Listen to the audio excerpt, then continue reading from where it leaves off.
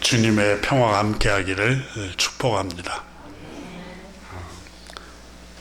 언젠가 한번 소개했는데 16세기 마야 지역, 남미 지역에 선교 활동을 했던 에스파냐 선교사님 디에고 데란다라는 캐톨릭 신부님이 계셨습니다.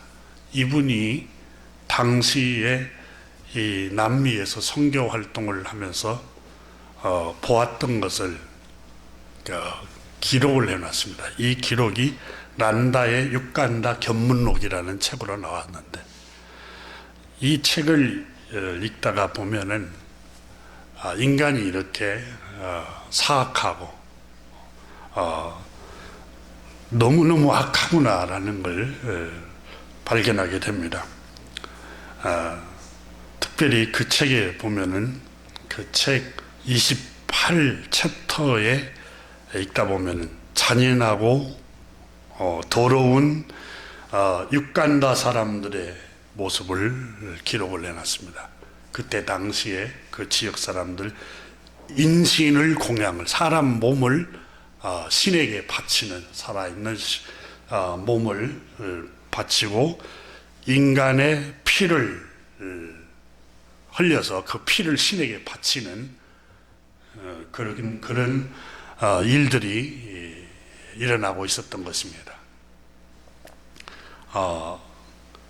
귀를 뚫어서, 귀를 잘라서 피를 내기도 하고, 혀를 양옆으로 쇠를 꽂아가지고 피를 흘리게 하여서 또 신에게, 우상에게 공양을 바치기도 하고,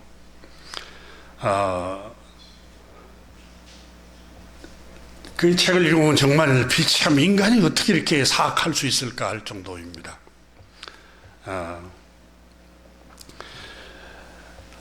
어떤 역경이나 공경에 봉착했을 당시 제사장들, 촌장들은 신이 노했다, 그래서 신에게 제물을 바쳐야 된다 라고 말을 하고, 특히 여성들을, 10대들을 잡아다가 바쳤습니다.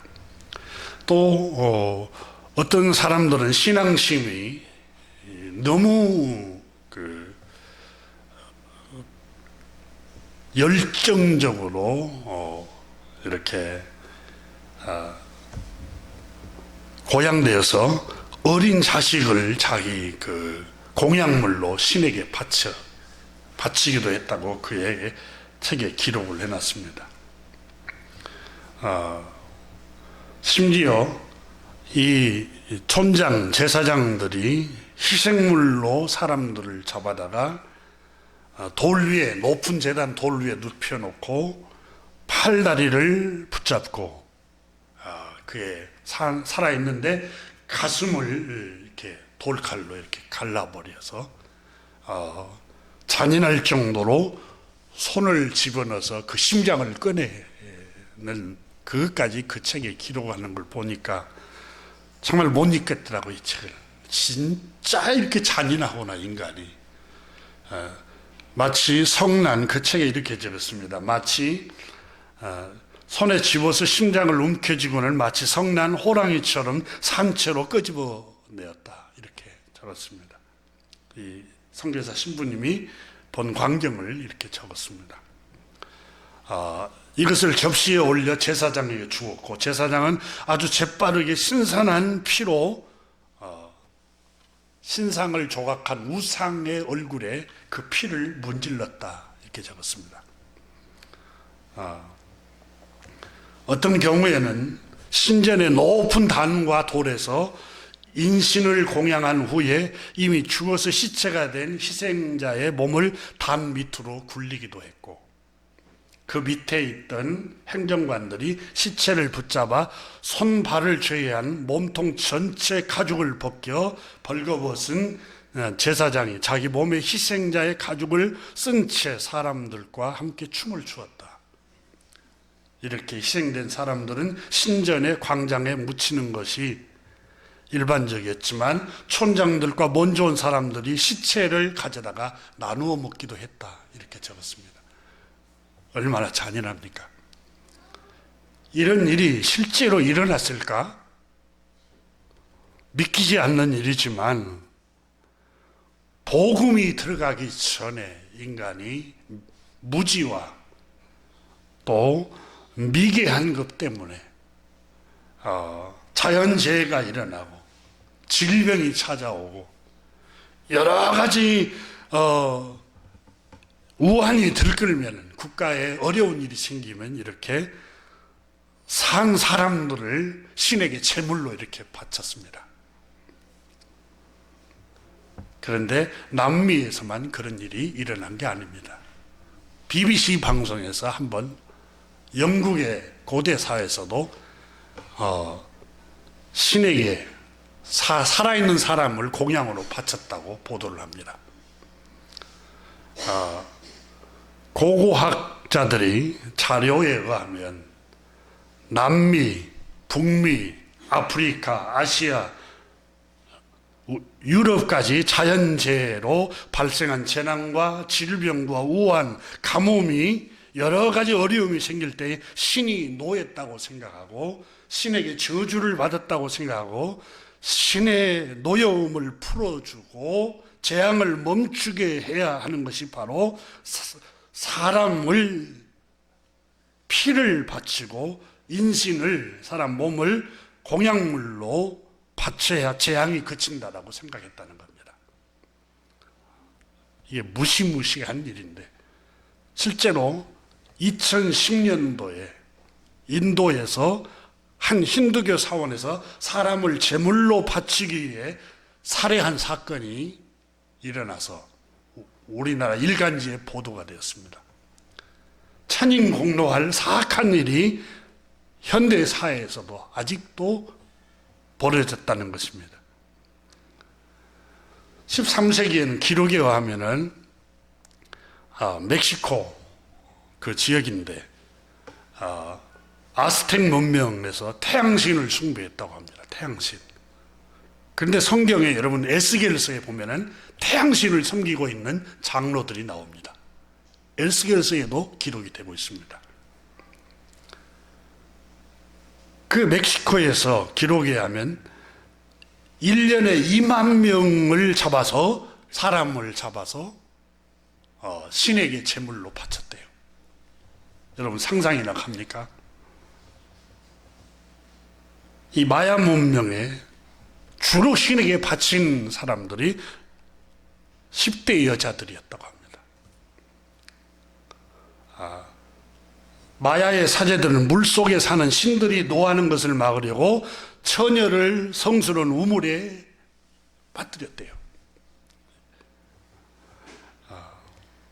여러분 어떤 누구 집 자녀들가 그 신에게 인신 공약물로 바쳐졌겠어요? 권력자의 자녀들일까요? 힘 있는 사람들의 자녀들일까요? 천만의 말씀입니다. 가장 못 살고 힘없고 연약한 사람들의 자녀들을 붙잡아서 공약물로 아마 바쳤을 것입니다.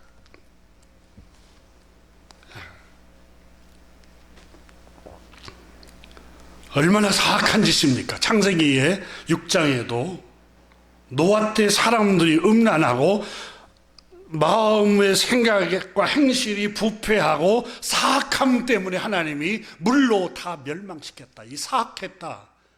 아마 그 중에 하나가 그 사악함이 그 신에게 산 사람을 바치는 그런 사악한 짓이 아마 일어났을 것이 확실합니다. 오늘 본문 히브리서 10장 내 12절을 한번 보십시오. 오직 그리스도는 죄를 위하여 한 영원한 제사를 드리고 하나님 우편에 앉으사. 14절을 보십시오. 그가 거룩하게 된 자들을 위한 한 번의 제사로 영원히 온전케 하셨느니라.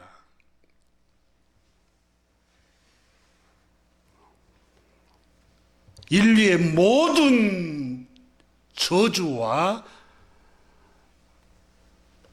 악함이 또 심판이 어디에서 왔습니까? 죄에서 왔다고 성경은 말합니다. 그런데 그리스도께서 인류의 모든 죄를 대신 짊어지고 그 몸으로 죄와 저주와 사망을 자신의 몸에 짊어지고 인류의 모든 죄를 짊어지고 단번에 창조주 하나님 앞에서 속죄 제사를 드렸습니다. 히브리서 기자가 말씀을 하고 있습니다. 그러므로 이제는 어떤 제사도 드릴 필요가 없습니다. 보십시오. 5절 보십시오. 그러므로 주께서 세상에 임하실 때에 이르시되 하나님이 제사와 예물을 원하지 아니하시고 오직 나를 위하여 한 몸을 예비하셨도다. 번제와 속죄제는 기뻐하지 아니하시나니.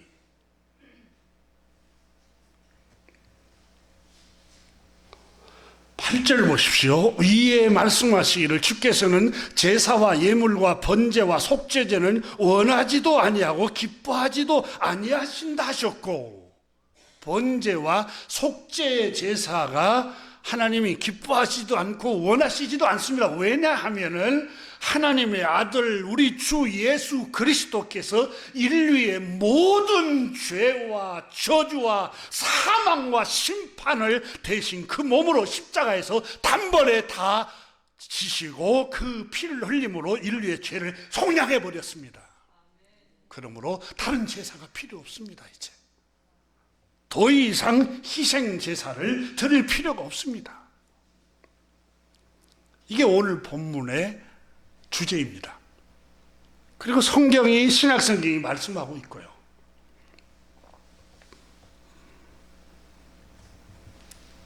여러분, 저주가 어디에서 왔다고 나옵니까? 신명기 28장에는 죄에서 왔다고, 하나님 말씀 불순종에서 왔다고 그랬어요. 심판은 어디서 왔습니까? 불순종에서 왔다고 말합니다. 그럼 죄와 저주와 심판, 이것을 저주를 막고 우한을 막고 세상에 여러 가지 재난을 막기 위해서는 우리가 하나님 앞에 기도를 많이 하고 제물을 많이 바치고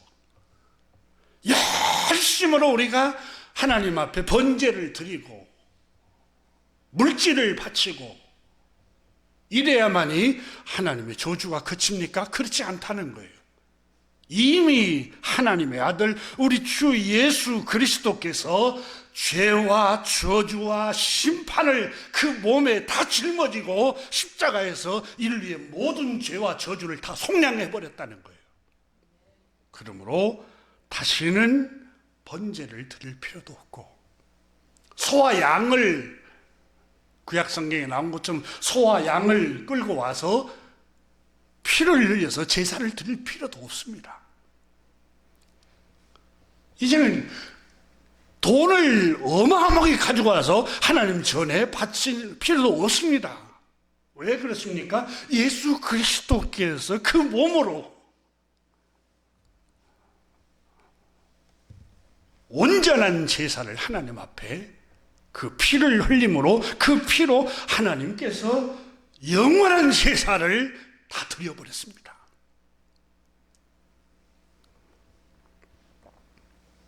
12절 보십시오. 오직 그리스도는 죄를 위하여 한 영원한 제사를 드리고 하나님 우편에 앉으사 영원한 제사를 드려버렸다는 거예요.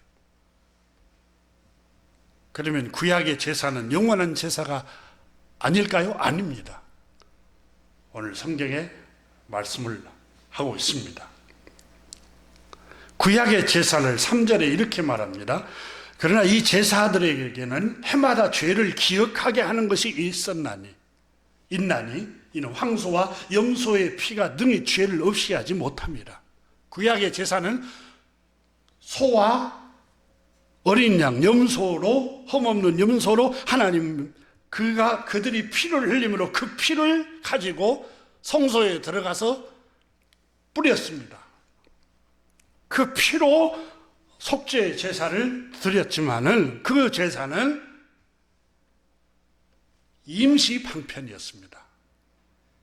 그 제사는 온전한 제사가 아닙니다.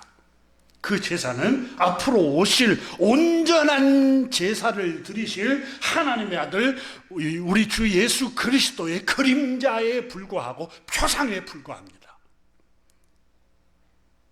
자, 10장 1절을 보십시오. 율법은 장차 올 좋은 일의 그림자일 뿐이요 참 형상이 아니므로 해마다 드리는 같은 제사로는 나오는 자들을 언제나 온전하게 할 수 없느니라. 자, 율법은 여러분 율법서에 기록한 번제, 속죄제, 화목제, 소제 이런 율법이라는 말은 율법에 기록된 제사, 그 제사는 장차 하나님 아버지께서 보내실 진짜의 그림자일 뿐입니다. 온전한 제사를 드리는 구세주 하나님의 아들 구원자이신 구세주 메시아의 그림자에 불과합니다. 구약에 나오는 모든 제사는. 만약 구약에서 드리는 소와 염소의 피로 인간이 지은 죄를 속량하기 위해서 동물의 피와 동물로 제사를 드린 것이 온전하고 우리를 의롭게 하고 죄를 사하는 것이었다면 어찌 날마다 또 매년마다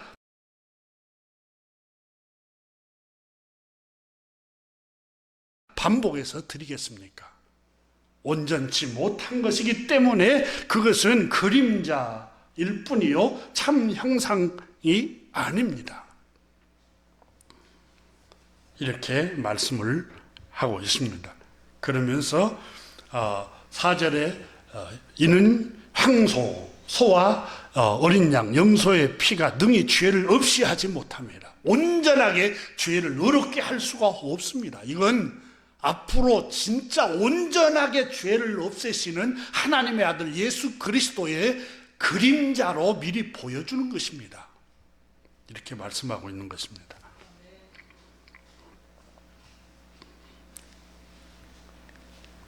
그러므로 히브리서 10장은 하나님께서 보내신 그리스도께서, 자 5절 보세요. 그러므로 주께서 세상에 임하실 때에, 그 말, 주께서 세상에 임하신다는 말은 하나님의 아들 예수 그리스도, 하나님께서 육신을 입고 세상에 구주로 임하실 때, 구주로 오셔서 이제는 하나님이 5절에 제사와 예물을 원하지 아니하시고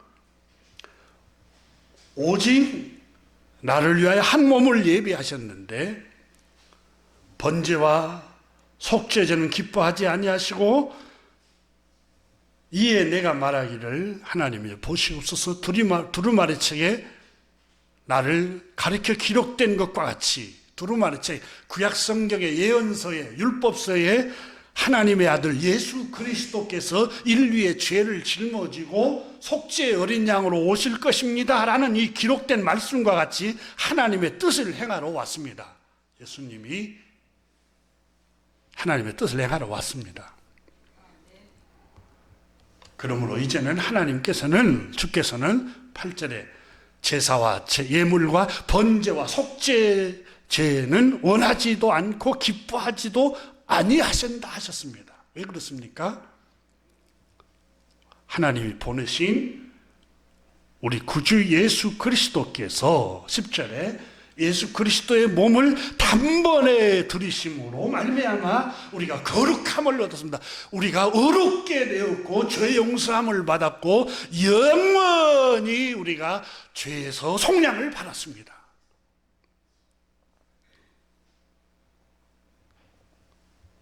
자, 구약의 율법서에 소와 황소와 염소로 드렸던 제사, 번제를 드리고 속죄제를 드렸던 매일 아침마다 제사장이 드렸던 그 제사, 11절 보십시오. 제사장마다 매일 서서 섬기며 자주 같은 제사를 드리되 이 제사는 언제나 죄를 없게 하지 못하였거니와.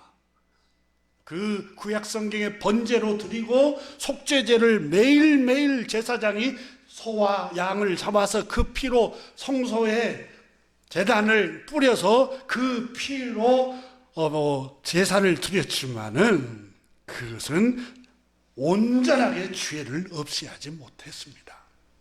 그것은 장차 오실 그리스도에 대한 표상이고 그리스도에 대한 그림자이고 그리스도에 대한 예고편에 불과했습니다.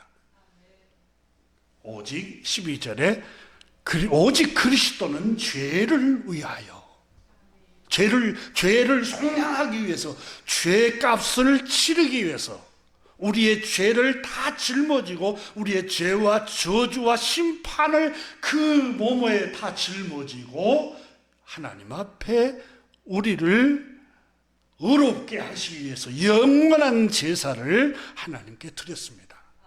그리고 부활하셔서 하나님 보좌 우편에 앉으셨습니다. 이렇게 12절에서 말씀을 하고 있습니다. 여러분, 얼마나 놀라운 축복의 말씀입니까?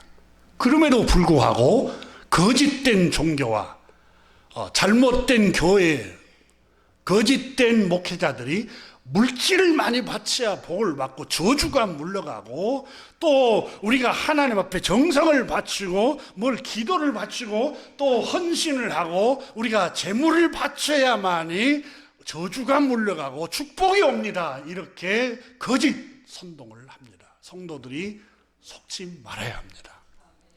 우리 구주 예수 그리스도는 이미 우리의 죄와 저주와 모든 심판을 다 끊어버렸습니다. 십자가에서 그 피로 다 짊어지시고 이제는 우리에게 더 이상 제물을 요구하지 않습니다. 번제를 요구하지 않습니다. 속죄 제물로 소와 양을 요구하지 않습니다. 그리스도께서는 그 몸으로 우리의 죄를 다 속량해 주셨습니다. 이사야서 53장에 하나님의 아들, 인류의 모든 죄를 짊어지고 가실 어린 양 예수 그리스도 메시아가 오실 것이라고 주님이 오시기 전 700년 전에 선지자 이사야를 통해서 하나님께서 예언하게 하셨습니다. 이사야 53장 7절에 그분이 오시면 그가 찔림은 우리의 허물 때문이에요. 그가 상함은 우리의 죄악 때문이라. 그가 징계를 받음으로 우리는 평화를 누리고 그가 채찍에 맞음으로 우리는 나음을 입었도다. 우리는 다 양 같아서 걸어댕하여 각기 제 길로 갔거늘. 다 양처럼 우리가 고집이 세서 불순종하면서 하나님 뜻대로 살지 않고 자기 방식대로 자기 정욕과 욕망대로 살아갔지만 주님께서는 우리의 모두의 죄악을 그분에게 다 지워주셨습니다. 예수 그리스도, 하나님의 아들 예수 그리스도께 모든 죄를 다 짊어지고 가게 하셨습니다. 그러므로 이제는 더 이상 동물의 피가 필요 없습니다. 저 무지했던 고대 사회에 사악했던 사람들이 공약물로 힘없는 사람들을 산채로 인신공양을 했던 그 사람들이 했던 그것처럼 그 사악한 일들이 할 필요가 없습니다. 또 해서는 안 되는 일입니다. 주님께서 그런 것들을 못하게 하시기 위해서 그 죄 없으신 하나님의 아들 그분이 오셔서 인류의 모든 죄를 다 자기가 짊어지고 저주를 짊어지고 십자가에 매달려서 피를 다 쏟으신 것입니다. 그래서 더 이상 공약물을 요구하면 안 됩니다. 더 이상 제물을 요구해서도 안 되고, 더 이상 고행을 요구하고 희생을 요구하고 무엇을 바치라고 요구하는 것은 다 거짓된 하나님의 말씀을 속이는 일입니다.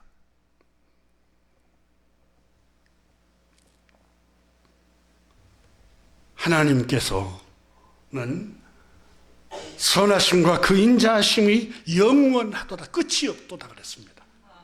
자비가 끝이 없으신 우리 하나님 아버지께서는 우리가 받아야 할 죄값, 저주와 사망과 영원한 심판을 우리 구주 예수 그리스도께 다 지워버리고 말았습니다. 그래서 세례 요한이 보라, 세상 죄와 저주와 심판을 짊어지고 가실 하나님의 어린 양을 바라보라 그랬어요. 그분이 흘리신 그 피로 우리의 죄가 용서받고 우리가 저주를 받지 않고 그분을, 그 구주 예수 그리스도를 마음에 나의 주님으로 모시기만 하면, 영접하기만 하면, 그리고 나의 입으로 예수 그리스도께서 나의 주님이라고 고백을 하기 시작하면은 이 사람은 구원을 선물로 얻을 것입니다. 이게 신약 성경의 주제입니다. 그래서 로마서 10장에 바울 선생이 당신이 만일 당신의 입으로 예수를 주로 고백하며 시인하며 고백하며 또 하나님께서 그를 죽은 자 가운데서 하나님께서 우리의 모든 인류의 죄를 짊어지고 나의 죄와 나의 저주와 나의 심판받아야 할 그 모든 저주를 짊어지고 십자가에서 대신 피 흘리시고 죽으셨다는 사실을 믿고 장사 지낸 바 되었다가 사흘 만에 살리셨다는 것을 여러분 마음에 믿으면 여러분은 의롭게 되고 구원을 얻게 됩니다.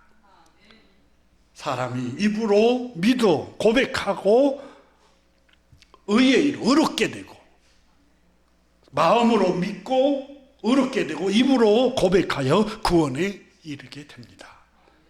이렇게 말씀을 하셨습니다. 이제는 더 이상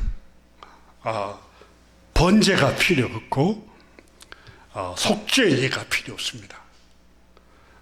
예물이 필요 없습니다. 하나님은 그걸 원하지도 않습니다. 정성을 바쳐야 저주가 물러가고 그러지 않습니다.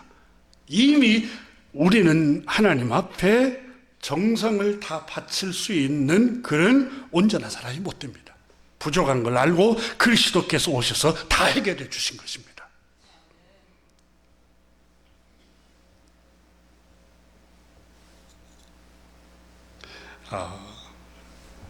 그러므로 바울 선생은 로마서 12장에서 형제 자매 여러분,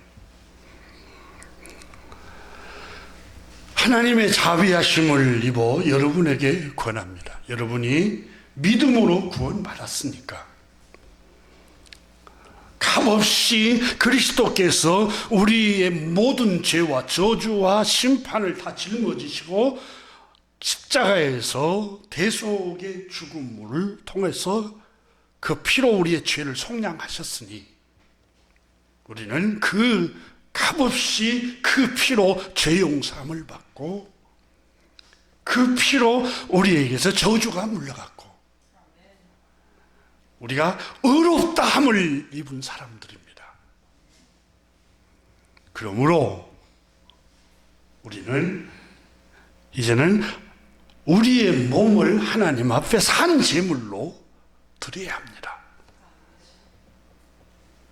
이것이 여러분이 드릴 합당한 예배입니다. 하나님께 산 제물, 우리 몸을 값없이 우리가 죄와 저주와 사망에서 예수 그리스도께서 흘리신 그 피로 우리가 구원을 받았기 때문에 이제 번제와 속죄제가 필요하지 않고 하나님 앞에 우리 몸을 산 제사로 드려야 됩니다. 산 제사로 드리는 것이 무엇인 줄 아십니까? 이 시대를 본받지 않는 생활을 하는 일입니다. 그러니까 구원받은 우리가 드리는 번제와 속죄제가 뭡니까? 이제는 이 시대를 본받지 않는 생활을 하는 것이 하나님께 번제 같은 제사요, 속죄제 같은 제사를 드리는 일입니다. 이게 하나님께 산 제사를 드리는 일입니다. 그리고 마음을 새롭게 하십시오. 그리고 늘 마음을 변화를 시키는 것이 번제를 드리는 일이고 속죄제를 드리는 일과 같습니다. 그리고 하나님께서 선하게 여기시는 일, 기쁘게 여기시는 일, 온전하게 여기시는 이 뜻이 무엇인가를 생각을 해보십시오. 곰곰이. 이것이 바로 우리가 드려야 할 진정한 산 제사입니다. 하나님이 기뻐하시는 제물입니다. 우리 자신의 몸을 하나님께 산 제사로 드리는 일입니다. 여러분, 이 세대를 본받지 않는 생활이 그러면 제사인데, 산 제사인데, 이 시대를 가리켜서 예수님은 악하고 음란하다고 그랬습니다. 그런 삶을 추구하는 생활을 하지 않는 것이 하나님께 산 제물을 드리는 일입니다.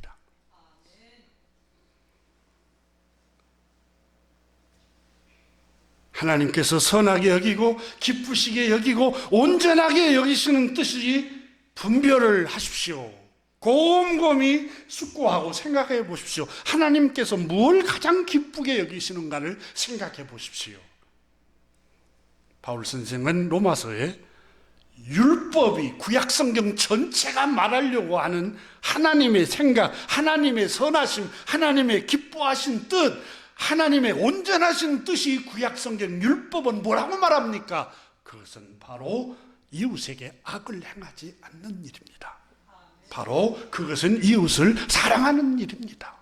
그것이 하나님의 선하신 뜻이고, 그것이 하나님께서 기뻐하시는 뜻이고, 그것이 하나님께서 완전하게 여기시는 뜻입니다. 이것이야말로 산제사를 드리는 일입니다. 무슨 물질을 드리고 소를 잡아드리고 황소를 잡아드리고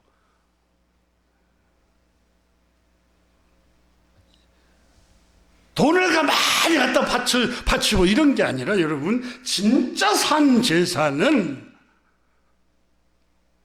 바로 하나님 기뻐하시고 온전하시고 선하시고 선하게 여기시는 그 뜻을 행하는 것이 바로 산 제사 드리는 일인데, 그것이 바로 이 시대를 본받지 않는 일이며, 그것이 바로 이웃에게 악을 행하지 않고 이웃을 사랑하는 일입니다. 말씀이 육신이 되어 오신 우리 주님께서 요한복음 13장 34절에 새 계명을 너에게 주노니 서로 사랑하라. 내가 너희를 사랑하는 것 같이 너희도 서로 사랑하라. 너희가 서로 사랑하면 이로써 모든 사람이 너희가 내 제자인 줄 알리라.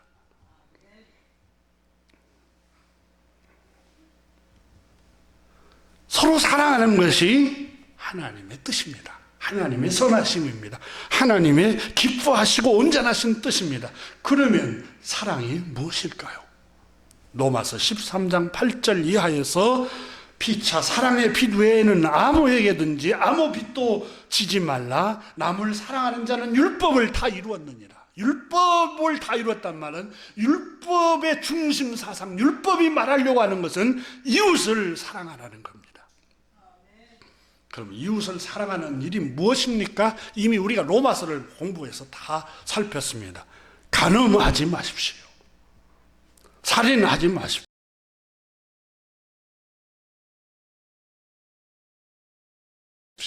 도둑질하지 말라.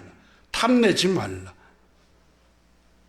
내 이웃을 내 자신과 같이 사랑하라 하신 그 말씀 가운데 다 들어 있습니다. 사랑은 이웃에게 악을 행하지 아니하나니 그러므로 사랑은 율법의 완성이니라. 여러분, 사랑은 이웃에게 악을 행하지 않는 게, 그 악을 행하지 않는 일이 뭐라고 말합니까? 간음하지 않는 것입니다 라고 말하고 있습니다. 나의 육체의 욕망을 채우기 위해서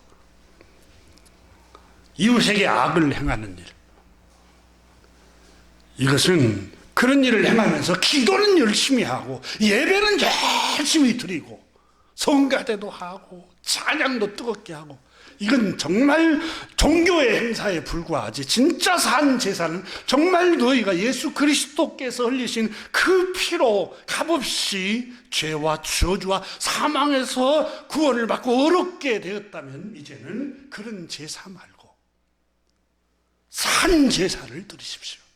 죽은 제사 말고 살아있는 제사를 드리십시오. 그것이 바로 이웃에게 악을 행하는 생활을 하지 마십시오. 이웃에게 성추행을 하지 마십시오. 성폭행을 하지 마십시오. 성폭행과 성추행과 간음을 행하는 것은 여러분, 남편에게 고통을 주는 일입니다. 아내에게 고통을 주는 일입니다. 자식에게 고통을 주는 일입니다. 당사자에게는 물론이거니와. 여러분, 수많은 예수님을 구주로 믿고 값없이 어렵다함을 입은 사람들이 산제사와 무관하게 살아가고 있습니다. 간음을 행합니다.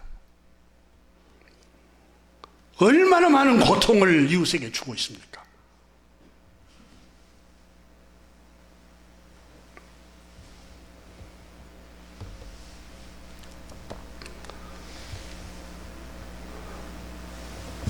또한 이웃을 시기하고 또 이웃을 증오하고 미워하고 살인하려는 마음을 가지지 않습니다. 여러분, 살인은 시기심으로부터 출발합니다. 질투, 시기심이 일어나면 그게 커져서 미움으로 바뀝니다. 미움이 점점점 커지면 증오심이 일어납니다. 증오심이 일어나면 없어져 버렸으면 쓰겠다, 죽어버렸으면 쓰겠다, 이런 마음이, 악한 마음이 나옵니다. 그래서 이것을 우리 주님께서는 이웃을 사랑하는 것은 살인하지 않는 것입니다. 살인하지 않기 위해서는 시기와 미움, 증오심을 먼저 없애야 됩니다. 그게 용서입니다. 용서. 여러분, 이웃을 용서하는 것이 진정한 산제사입니다. 왜 수많은 교회를 다니는 사람들이 교회에서는 열심으로 예배하고 큰 소리로 기도를 하고 돈을 갖다가 바치고 각 부서에서 봉사를 하는데 왜 이웃은 용서를 못하고 종교적인 행위에만 열정을 쏟을까요? 하나님이 무엇을 기뻐하는지를 모르기 때문에 그렇습니다. 창조주 하나님께서는 우리가 드리는 찬양과 기도와 말씀 듣는 거 기뻐하시죠. 하지만 용서를 하지 않고 그런 종교적인 행위를 하는 것은 하나님 기뻐하시지 않습니다. 주님께서 그랬지 않습니까? 너희가 이웃에게 원망 살 만한 일을 저질렀거든 예배하기 전에, 기도하기 전에 그와 같이 먼저 화해하고 하나님 앞에 와서 기도를 하려고, 찬양을 드리고 예물을 바치라고 말씀합니다. 땅에서 너희가 매이면 하늘에서도 매일 것이요 닫아버리고, 하늘물 하나님의 복을 닫아버린다는 거예요. 우리가 형제를 미워하고 증오하고 살인하는 마음을 가지면 하늘에서도 복을 닫아버려요. 그런데 우리는 구약과 같이 번제만 드리고 번제의 기도만 드리고 속죄제, 소와 양과 같은 돈이 많이 나가는 물질을 하나님께 많이 바치고 정성을 바치면 하늘 문을 여시고 축복의 문이 열릴 것이다라고 우리가 스스로 생각을 하는데 그건 무지입니다. 땅에서 우리는 서로 용서할 때 하늘 문도 열립니다. 여러분 영혼이 복을 받고 자녀가 복을 받고 가정이 복을 받고 여러분 앞날이 복을 받기를 원한다면 먼저 용서하십시오. 먼저 용서를 해야 됩니다.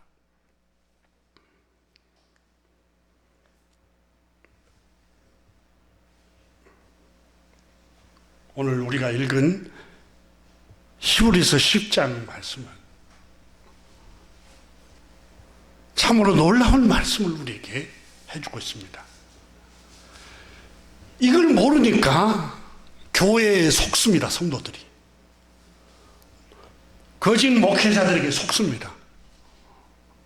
이제는 번제와 소를 요구하지 않고 양을 요구하지 않고 물질을 바쳐야만이 저주가 물러가고 그런 게 아니구나. 그리스도께서 단번에 그 몸으로 우리의 죄와 저주와 심판을 다 짊어지시고 그 피를 흘리셨구나.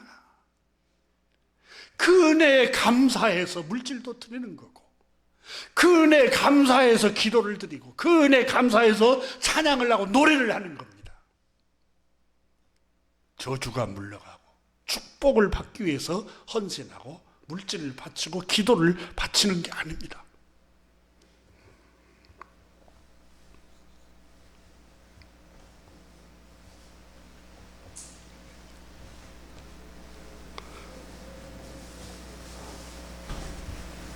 우리는 창세기 6장에서 왜 노아 때 백성들이 망했는가, 저주받았는가, 홍수로 다 멸망을 당했는가? 사악하기 때문에, 마음이 부패했기 때문에, 어려서부터 계획하는 바가 악하기 때문에,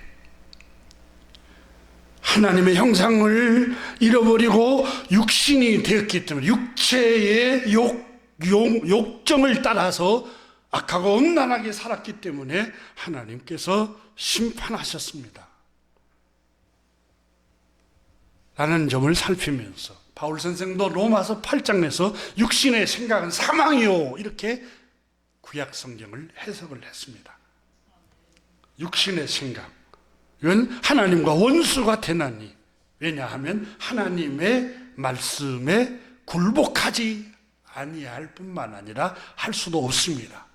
육신의 생각이라는 말이 하나님의 말씀에 기꺼이 순종하려고 하는 마음이 없는 마음을 말하는 거예요.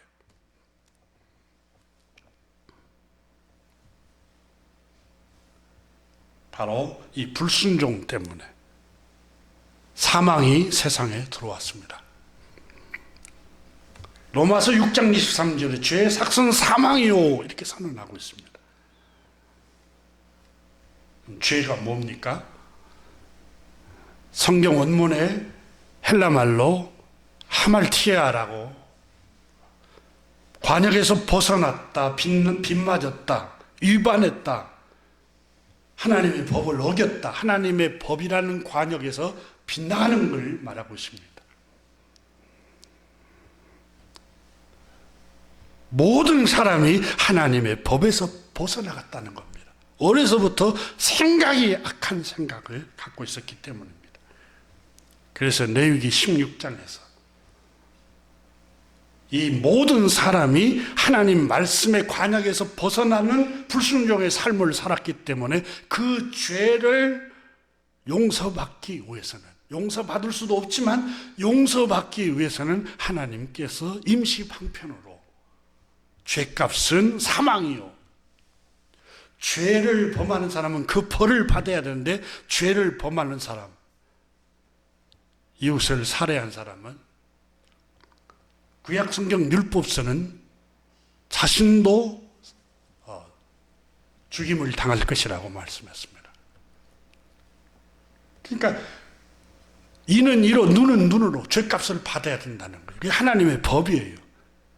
이 하나님의 법 말씀과 같이 모든 사람이 죄를 범하였으므로 살아남을 사람이 없고 죄를 용서받을 길이 없는데 하나님께서 자비로우신 하나님께서 동물의 흠없는 소와 양을 하나님 회막에 끌고 와서 잡아서 피를 받아서 제단에 뿌리면 그 피를 보고 동물이 사람이 지은 죄 대신 죽음으로 죄값은 사망이요 대신 피 흘렸기 때문에 그 사람의 죄를, 그날 지은 죄를 그 사람, 그 해 지은 죄를 그 사람의 죄를 용서하겠다. 그리고 레위기 16장에서 성막을 통해서 말씀을 했습니다. 성막은 구약 성경에 이렇게 성전이 있고 성소가 있고 이렇게 성소와 지성소, 여기 있는 걸 지성소, 휘장이 있었습니다. 가운데. 그런데 성막 건물 안으로 들어오기 전에 바로 물두멍이 있었습니다. 손을 씻는, 제사장이 손을 씻는 물두멍이 있었고, 그 물두멍 앞에는 번제단이 있었습니다. 소나 양을 잡아서 기름과 내장 모든 것을 태워서 향기로운 향으로 하나님께 제사를 드리는 번제단이 있었습니다. 근데 그 번제단 바로 앞에 회막을 둘러치고 있는 판자가 세워져서 다 둘러쳐져 있었습니다. 그 둘러쳐진 게 판자로 세우고 거기에 세마포, 하얀 천으로 다 쳐져 있었습니다. 예수님은 이 성전을 헐라 내가 사흘 만에 다시 지으리라. 이는 자기 육체를 가리킴이라고 말씀하였습니다. 그래서 성막은 예수님의 몸을 상징했습니다. 구약 성경에. 아까 우리가 읽은 히브리서 우리 본문 10장에 율법은 장차 올 좋은 일의 그림자일 뿐이요 그랬잖아요. 율법에 기록된 성막, 회막은 장차 올 그림자, 예수님 인류의 죄를 짊어지고 속량하실 구세주에 대한 그림자라는 것입니다. 그래서 그 성막 뜰 밖에 천을 다 치고 있는 게 하얀 세마포로 치고 있는 게 예수 그리스도의 죄 없으심, 순결하심을 흠과 티가 없으신 예수 그리스도의 죄 없으심을 신성을 상징했다고 말합니다. 그리고 회막으로 들어오기 전에 성전 뜰 안으로 들어오기 전에 문이 있었는데 회막 문이 그 문을 가리켜서 요한복음 10장에 나는 양의 문이니 하고 구원의 문, 그 구원을 얻기 위해서는 회막 문을 통해서 들어와야 합니다. 하나님 보좌 앞으로 나가려면 그 문이, 구원의 문이 앞으로 오실 그림자로 보여주었던 장차, 율법은 장차 좋은 일의 그림자인데 예수 그리스도의 그림자가 회막인데 그 회막 문이 예수 그리스도를 상징했다라고 성서학자들은 해석을 하고 있습니다. 예수님이 아니고는 구원의 문으로 들어올 수가, 나갈 수가 없다. 그리고 이렇게 회막 안으로, 자, 회막, 이 성소에 들어오기 전에 물두멍이 큰 솥과 같은 이렇게 동그란 항아리 같은 물두멍이 성소 밖에 들어오기 전에 입구에 놓여 있어서 거기에 손을 씻고 들어와야 주님 만나러 갈 수 있다는 거예요. 그러니까 정결한 마음을 가지고 주님 전에 하나님 앞에 지성소에 하나님을 경험하려면 정결한 마음을 품으라는 말씀을 의미한다고 말씀을 하고 있습니다. 그러므로 우리 주님께서 마태복음 5장 8절에 마음이 청결한 자는 복이 있나니 그들이 하나님을 볼 것이요. 하나님을 누가 경험하고, 이 본다는 말은 경험하고 온다는, 임재를 느낀다는 말입니다. 하나님의 음성을 듣는다는 말인데 누가 그걸 경험하느냐? 마음이 청결한 사람이 그게 가능하다는 걸 그 물두멍이 상징을 했고, 시편 24편에 여호와의 산에 오를 자 누구며 그의 거룩한 곳에 설 자가 누구입니까? 하나님이 계시고 창조주 하나님이 서신 그곳에 누가 그 임재를 경험할 수 있습니까? 시편 24편 4절에 그 손이 깨끗하며 마음이 청결하며 뜻을 허탄한 데 두지 아니하며 거짓 맹세하지 아니하는 자로다, 이렇게 말했습니다. 그리고 하나님의 얼굴을 구하는 자로다. 그리고 막 들어오면은 왼쪽에는 등잔대가 있었고 오른쪽에는 진설병이라고 성경에 나오는데 떡상, 떡을 차려놓은 상이 있었습니다. 그 떡은 예수님께서 말씀하신 대로 내가 하늘에서 내려온 산떡이니 예수님을 상징했고 예수님의 말씀을 상징했다. 사람이 떡으로만 살 것이 아니라 하나님 입에서 나오는 모든 말씀으로 살아야 한다. 지성소에 가서 하나님을 경험하고 하나님을 체험하려면 말씀을 먹어야 된다.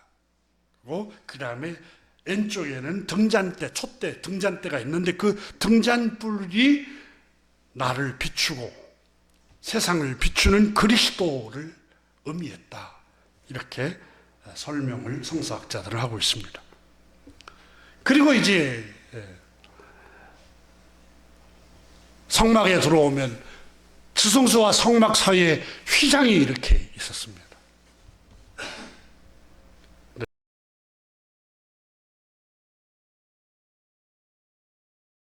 레위 16장에 가면은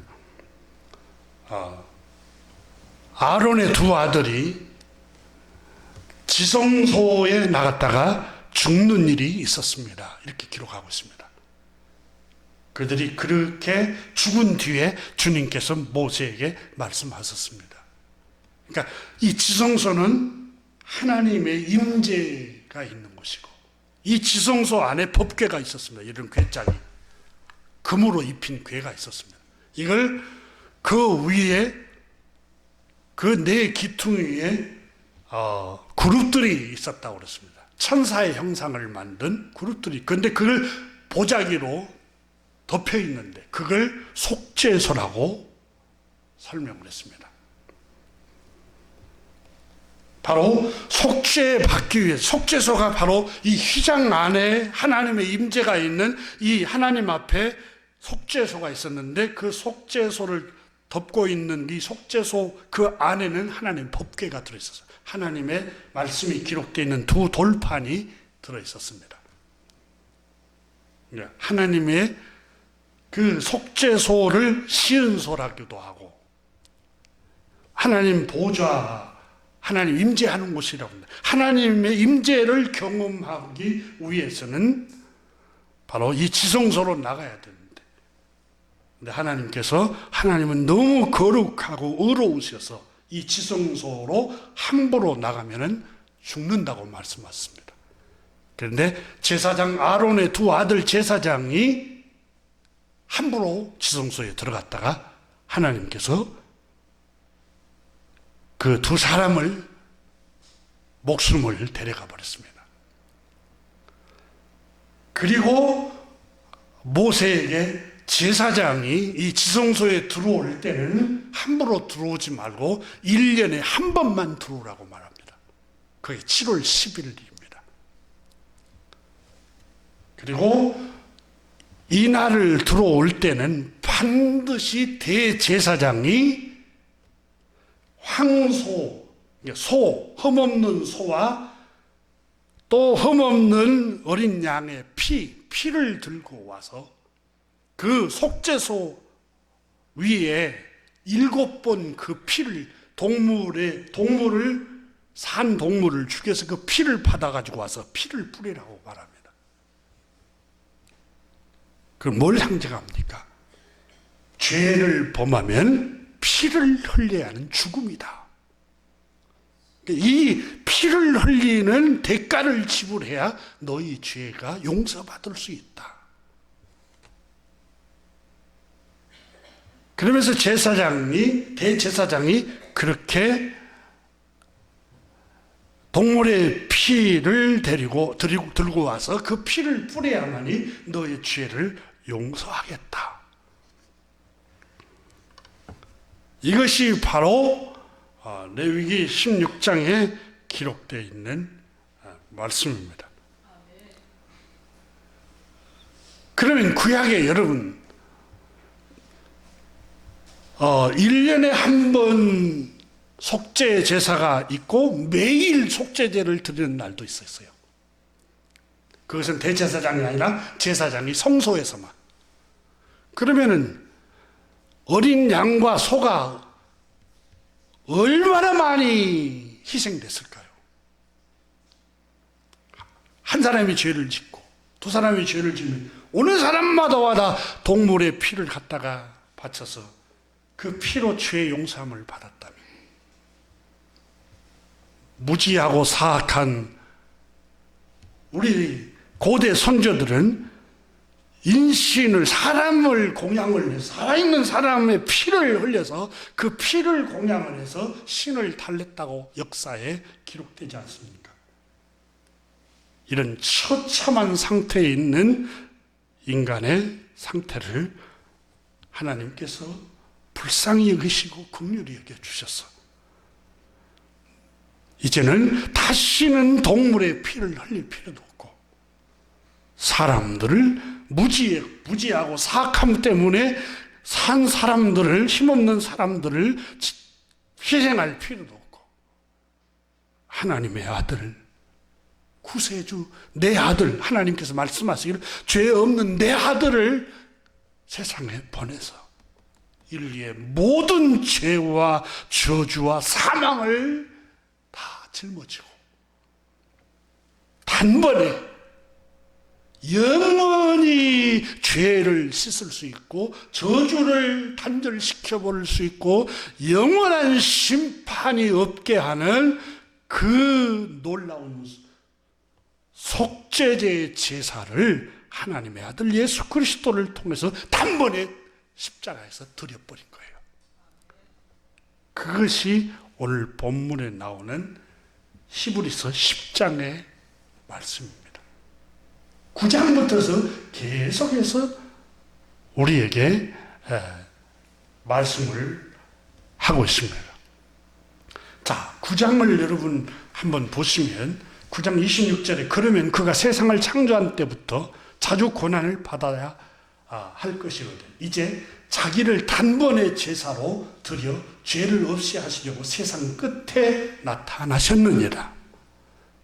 이제는 제사를 더 이상 희생 제사를 드릴 필요 없이 단번에 그리스도께서 세상에 인류의 모든 죄를 짊어지고 고난을 십자가에서 받으시고 그 피로 모든 죄를 사하시고 저주와 사망에서 우리를 구원하셨습니다. 그러므로 다시는 이제 주님께서는 희생 제사를 원치 않으십니다.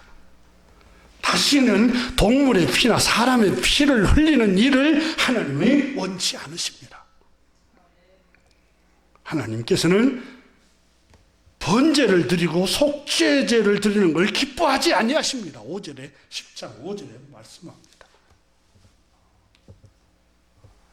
8절에 주께서는 제사와 예물과 번제와 속죄제는 원하지 아니하고 기뻐하지 아니하십니다.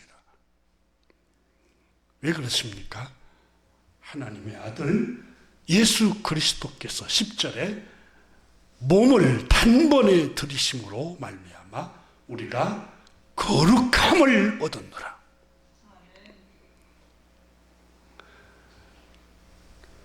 12절에 오직 그리스도는 죄를 위하여 한 영원한 제사를 드리시고 하나님 우편에 앉으사라고 말씀합니다.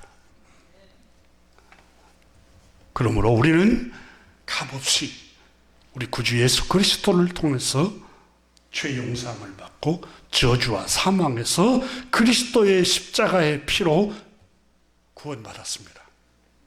그러므로 바울 선생은 로마서에 여러분 이제는 이런 번제, 속죄제, 이런 희생제 드리지 마십시오. 진짜 산 제사를 드리십시오. 그것이 바로 새로운 생활입니다. 이 시대를 본받지 않고 악하고 음란하지 않고 이웃을 괴롭히지 않고 이웃에게 해를 끼치지 않고 간음하지 않고 도적질하지 않고 증오하고 미워하고 시기하고 살인하지 않고 이웃을 탐내지 않고 이웃을 괴롭히지 않고 이웃을 배려하고 사랑을 베푸는 생활이야말로 진정한 영적 제사입니다. 기도하겠습니다. 하나님 아버지 감사합니다. 오늘 이 아침에 우리가 히브리서의 복음을 명확하게 설명해 주는 말씀을 함께 나눴습니다. 그리스도께서 왜 십자가의 고난을 받으셨는가? 왜 그 몸으로 십자가에 피 흘리셨는가? 그 의미를 함께 상기했습니다. 하나님 아버지, 이제는 거짓된 교회에서 속지 않게 하시고 거짓된 가르침에 속지 않게 하시고 이제는 산 제사, 우리 몸을 하나님 앞에 드려지는 예배, 서로 용서하고 서로 사랑하고 서로 베풀고 이웃을 힘들게 하거나 괴롭히지 않고 하나님 그런 제사를 정말 산 제사를 드리는 구원받은 사람들이 되게 하여 주옵소서. 종교적인 미신과 같은 그런 무지에서 벗어나서 인격적인 하나님을 섬기고 우리를 구원하러 오신 구주께서 말씀하신 대로 서로 사랑하는 생활을 하게 하여 주옵소서. 우리 주 예수 그리스도의 이름으로 축복하며 기도드립니다.